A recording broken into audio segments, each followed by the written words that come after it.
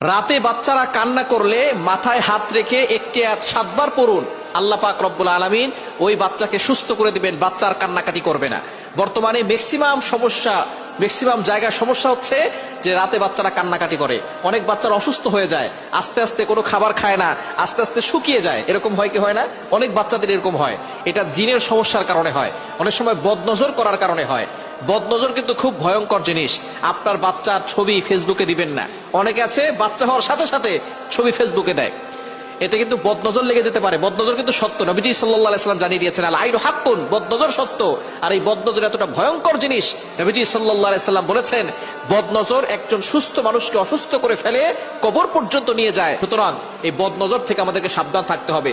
বাচ্চার ছবি ফেসবুকে দিবেন না।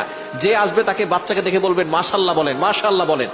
মাশাআল্লাহ যদি কেউ না বলে, বলে বাচ্চা খুব সুন্দর হয়েছে, স্বাস্থ্য খুব ভালো, দেখবেন বদনজর লেগে যাবে, আর বাচ্চা খাওয়া দাওয়া করবে না, বাচ্চার স্বাস্থ্য কমে যাবে, শুকিয়ে যাবে।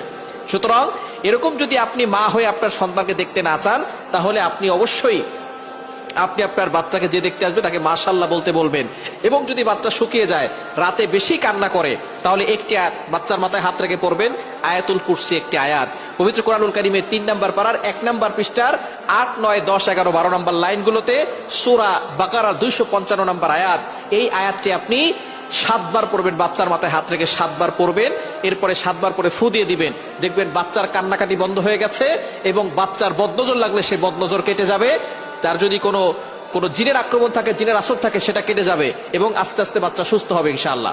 এই আমল করে যদি আপনি কার্যকর পেতে চান, তাহলে কিন্তু আপনাকে নামাজ পড়তে হবে।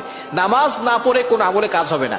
অনেক মায়েরা আছেন বাচ্চা হওয়ার পরে তারা নামাজ পড়তে চান না, বলে বাচ্চা পেশাব করে, কাপড় নষ্ট হয়ে যায়, নামাজ পড়ার সুযোগ পাই না।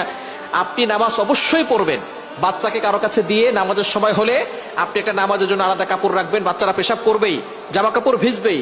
আমাদের ঘরে বাচ্চা আছে, আমরা তো জানি জামা কাপড় ভিজে যায়। আপনি নামাজের জন্য আলাদা একটা কাপড় রাখবেন, সেই কাপড় পরে তারপরে নামাজ পড়বেন। আবার সেই কাপড়টা চেঞ্জ করে আপনি যেটাই পেশাব লেগেছে সেটা পরে থাকবেন। আবার যখন আজান দিবে তখন আবার জামা কাপড় চেঞ্জ করে নামাজ পড়বেন। সুতরাং নামাজ পড়বেন, 5 ওয়াক্ত নামাজের পরে আপনি আমলটা করবেন। তাহলে বাচ্চাকে কেউ বদনজর দিয়ে ক্ষতি করতে পারবে না, জিনের আসর লেগে কোনো ক্ষতি হবে না। আপনি 5 ওয়াক্ত নামাজের পরেই বাচ্চার মাথায় হাত রেখে আয়াতুল কুরসি পড়বেন। আল্লাহু লা ইলাহা ইল্লা হুয়াল হাইয়ুল কাইয়্যুম লা তাখুযুহু সিনাতুন ওয়া লা নাওম লাহু মা ফিস সামাওয়াতি ওয়া মা ফিল আরদ মান যাল্লাযী ইয়াশফাউ ইনদাহু ইল্লা বিইজনি ইয়ালামু মা বাইনা আইদিহিম ওয়া মা খালফাহুম ওয়া লা ইউহীতুনা বিশাইইন মিন ইলমিহি ইল্লা বিমা শাআ ওয়াসি'a কুরসিয়্যুহুস সামাওয়াতি ওয়াল আরদ ওয়া লা ইয়াউদুহু হিফযুহুমা ওয়া হুয়াল আলিয়্যুল আযীম। এরা 7 বার পড়বেন, বাচ্চার মাথায় ফু দিয়ে দিবেন। দুনিয়ার কোনো শক্তি আপনার বাচ্চাকে ক্ষতি করতে পারবে না।